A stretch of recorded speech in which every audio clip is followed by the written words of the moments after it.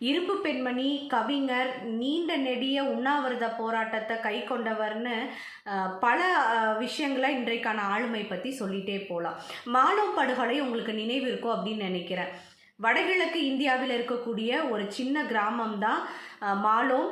இங்கே இராணுவத்தினுடைய சிறப்பு அதிகார படை என்ன செய்கிறாங்க அப்படின்னா, அங்கே பஸ் ஸ்டாண்டில் நின்றுட்டுருக்கிற பொதுமக்களை நோக்கி துப்பாக்கி சூடு நடத்துகிறாங்க.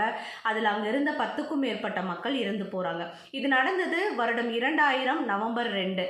நவம்பர் 4 அன்னைக்கு இதை பார்த்து மனது உடைந்து போன இரோம் ஷர்மிளா அவர்கள் என்ன செய்கிறாங்க அப்படின்னா, சிறப்பு ஆயுதப்படையை அரசு பின்வாங்கிக்கணும் அப்படிங்கிறதுக்காக அவங்க ஒரு போராட்டத்தை கையில் எடுக்கிறாங்க. அது என்ன போராட்டம் அப்படின்னு சொல்லி பார்த்தீங்க அப்படின்னா, தலை சீவ மாட்டேன், கண்ணாடி பார்க்க மாட்டேன், சாப்பிட மாட்டேன் அப்படின்னு சொல்லி ஒரு உண்ணாவிரத போராட்டத்தை மேற்கொள்ள ஆரம்பிக்கிறாங்க. 1 வருடம் இல்லை, 2 வருடம் இல்லை, இவருடைய போராட்டம் 16 வருடங்கள் தொடர்ந்து நடந்துக்கிட்டே இருக்கு. இந்த போராட்டத்தின் இடையில அம்மாவை பார்த்தா கூட தன்னுடைய மனசு மாறிடுமோ அப்படின்னு சொல்லிட்டு அவங்க அம்மாவை கூட பார்க்கல.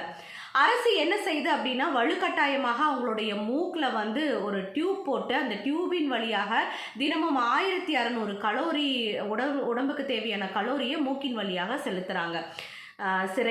வீட்டு சிறை தண்டனை அப்படின்னு சொல்லிட்டு தொடர்ந்து இவங்களுக்கு பல சிக்கல்கள் ஏற்படுது. ஆனால் மன உறுதியோட அவங்க எடுத்துக்கிட்ட அந்த உண்ணாவிரத போராட்டத்தை எந்த நிலையிலும் கைவிடலை.